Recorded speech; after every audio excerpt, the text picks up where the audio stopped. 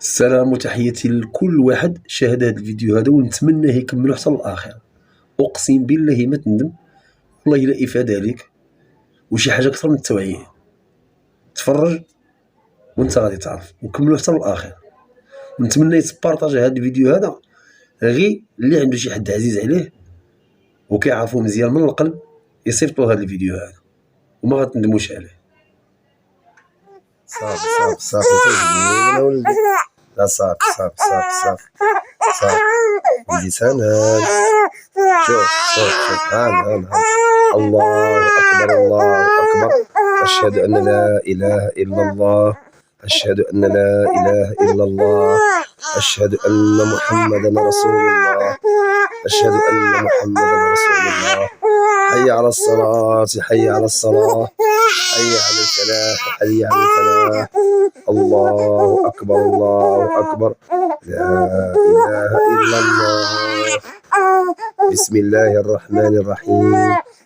الحمد لله رب العالمين، الرحمن الرحيم، مالك يوم الدين، إياك نعبد وإياك نستعين، اهدنا الصراط المستقيم، صراط الذين أنعمت عليهم غير المغضوب عليهم ولا الضالين، آمين. صافي صافي صافي حبيبي صافي تزوي ولا ولدي. شوف شوف شوف شوف سند سند سند سند. شوف هانا بابا بابا، شوف العزيز ديالي. صافي صافي صافي. تحياتي خوتي العزاز، وكنتمنى تفرجوا في هذا الفيديو ولو دقائق معدودة، ماشي حاجة كثيرة. غير اللي بغيت نقول لكم، أي شخص مهما كان الشأن ديالو، ملوك، رؤساء، ناس مشهورين، يعني إنسان قبيح في التصرفات ديالو، صعيب مع العائلة ديالو، شي زوجة يعني تكون عنيدة وتكون قبيحة خبيثة داخل البيت ديالها مع الزوج ديالها أو مع الأسرة ديالها، أو الأسرة ديال الراجل اللي كتكون يعني شوية يعني كيكون المعاملة ديالها والتصرف ديالها مع ديك الزوجة مسكينة يعني كتكون قاسية. هادشي كله غنوثق لكم في واحد الشعور اللي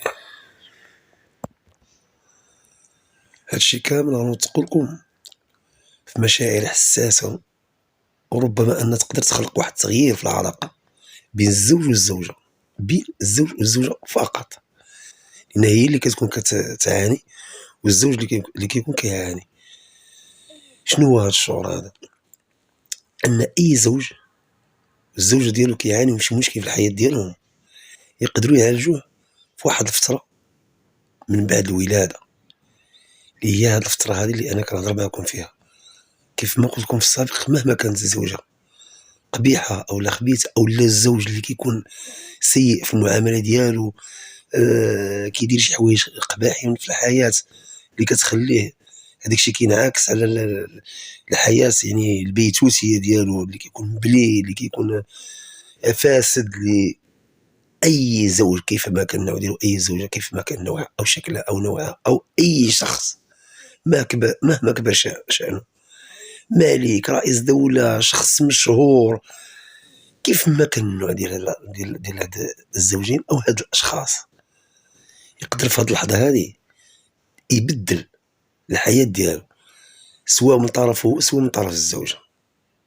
شنو كنعرفوا المرأة باللي كتحمل مدة 9 شهور، هاد المدة هادي كتكون كتعاني فيها بزاف، في المرحلة ديال الوحم ديالها، في المرحلة ديال فاش كدوز هذيك لابارتي ديال ديك 3 شهور ولا شهرين اللي كتكون شويه صعيبه، اللي كيقدروا يترتبوا عليها بزاف ديال المشاكل وكيوقعوا بزاف ديال الخناقات ما بين الزوج والزوجه، او ما بين الزوجه والاسره ديال الزوج، لان كتكون كتعاني الفتره ديال الوحم ديالها، التغيير ديال الهرمونات، التغيير ديال يعني داك الشيء كاع كامل اللي عندها في الداخل ديالها كيكون كيتبدل شويه، بدافع انها كتكون في الفتره لانها كتكون كما كنقولوا كتكون ديك الجنين.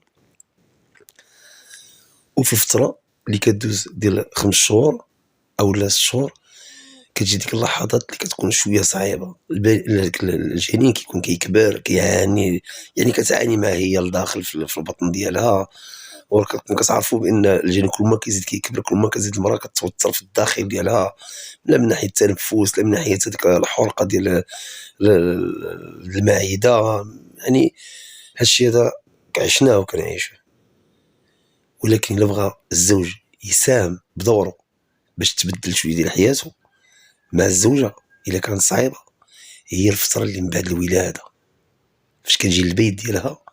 الا كانت ولدت في الدار يعني ولده طبيعيه، يهز على ديك الحمل ديك الفتره ديال 4 شهور. والا كانت والده بشي طريقه يعني قيصريه بحال هكا سيساريه ولدها في السبيطار، وانت كتشوف المراه ديالك بزاف ديال الاخوات اللي كتشوفهم في ديك اللحظه كلهم كيعانيو من الحريق ديال البنج من بعد الولاده. المهم داكشي يعني بوحدو يعني انا عشتو 3 المرات. الشيء الا كان القلب قاصح ديال الزوج نبغيه ونتمناه ان يعطي راسو فرصه غير ديال 4 شهور الاولى. هي اللحظه اللي كيكون داك المولود كيتولد وكتوقع معاه يعني مشاكل ديالاش. شنو هي النوع المشاكل؟ هي ديك سهر الليل، بالخصوص كاين الاطفال اللي كيخلقوا وهما النعاس ديالهم حار، واخا ترضعوا واخا يكون في صحه جيده واخا يكون اي حاجه موفره ليه الراحه كامله، لكن في لحظه النعاس كيقول لك نعس انت. شي نبغيك اخويا فاش تجي من الخدمه ديالك وتجي اللحظه اللي كتكون جالس مع الوليدات وكتخلي المراه، انت كتكون خدام وكتخلي المراه كتعاني نهار كامل، واخا تكون غير بوحدها هي داك الطفل لان راه كتعاني معاه، كتبقي هزه بين دراعها وتلالي بيه وتدردر بيه وتطبطب عليه، واخا راضع واخا غاسل مدوش كلشي، ولكني كيعذبها. نبغيك تقاسم معها يوميا غير 1 ساعه ولا ساعتين كما قال. شي شعور غادي يجيك ولكن تكونسونطرالي مع هذيك اللحظه، نسى الخدمه، نسى شي مشكل عندك، نسى اي حاجه دوزتيها في حياتك، الماضي، البليه، امك، باك، نسى كل شيء. انا ماشي كنقول لك تنسى والديك على انك غادي تنساهم، لا، نبغيك تفكرهم في ديك اللحظه اللي يكون ديك المولود فوق الصدر ديالك، وخصك تنعسو وهو كيبكي وهو فيه هستيريا، وكيفاش بقات تهتف ليه في الودينات ديالو بكلام الله، باناشيد دينيه، شي حاجه اللي تقدر يعني تسليه واللي تقدر تنعسو فيها وتعيش اللحظه ديال التخبط اللي كيفرك. ما تشوفوش دابا هكا ناعس وهو كيوت وزويوان تاكلوا بحوايج، لا، اللحظه اللي كيكون فيه هستيريا وخصك تساعد معاه باش يسكت. شي ديك اللحظه اخويا العزيز نتمناك ديك الساعه تفكر الام ديالك وتفكر اللحظه اللي حملاتك بديك الطريقه، والاب ديالك مهما كنتي مسخوط، مهما كنتي زوين، مهما كنتي مرضي، مهما كيف ما كان النوع ديالك في الاحاسيس ديالك او في التصرفات ديالك معك العائله في الماضي او الحاضر، نبغيك تعيش هاد اللحظه هذه وتفكر الزوجه ديالك ديك 9 شهور واللي هي حامله في البطن ديالها.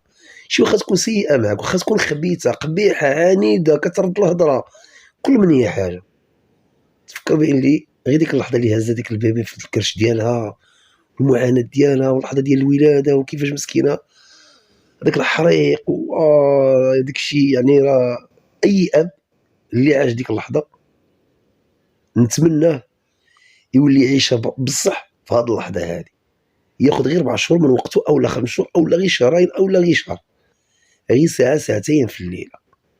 صدقوني اخوتي، اقسم بالله العلي العظيم، اقسم بالله حتى يتغير الفكر ديالك من جهه ديك الزوجه ومن جهه الوالدين بالخصوص، اللي كيكون ما كيحنش من والديهم، اللي كيكون هاجرهم، اللي كيكون ما كيفكرش بان راه مروا في اصعب الفترات هي ديك اللحظه ما بعد الولاده. ما كنهضروش على الفتره ديال 9 شهور الولاده، كنهضروا غير على ما بعد الولاده. الراحه ما كتشوفهاش، شي تقدر مثلا تعيش مع ولادك واحد السنين طويله، ولكن ما تقولوش ما تنعس ولا كذا، راه صافي كتكون مهني من المشاكل ديالو. ابار داكشي اللي كيكون ديال فاش كيكبر الانسان وكيكون كطيح في شي ولد مثلا كيكون عنيف مع الاسره ولا ما كنهضرش داك الشيء، انا كنهضر غير على هاد الفتره هذه ديال الولاده اللي تقدر تغير من المجرى ديال المشاعر ديالك تجاه الام والاب والزوجه. شي الزوجه واخا تكون خبيثه، شي كيولي كيركب فيك في الداخل ديالك بحال اللي كيتبنى من جديد، واحد الشعور ديال الحنين، واحد الشعور ديال كتبقى تلمسو كتشعرو لداخل، ماشي كتحس به لا كتشعرو لداخل، يعني كتبقى تولي كتشعر بداك الشيء اللي كانت ديك السيده كتعيشو في الداخل ديالها، كتولي حتى انت يعني جزء منه، حتى انت بالخصوص هو فوق صدرك وكيفركل وكيتعنف وعرفتي وما كيبغي لا يسكت ولا والو. وتخيل هذا البيبي هذا لداخل في البطن ديال الام ديالو وكيدير نفس المشاكل ونفس هذا، والمراه خصها تنفس، خصها تاكل، خصها هذا، كيوقع لها ضغط داخلي لداخل.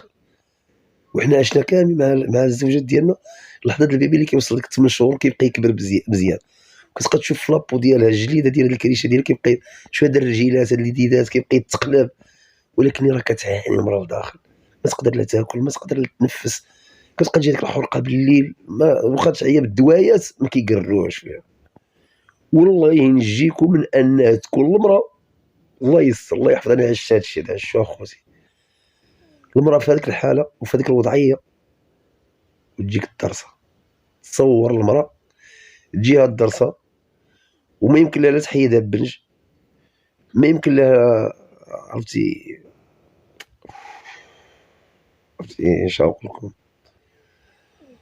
والله عرفتي في شكل ما تاثرت بديك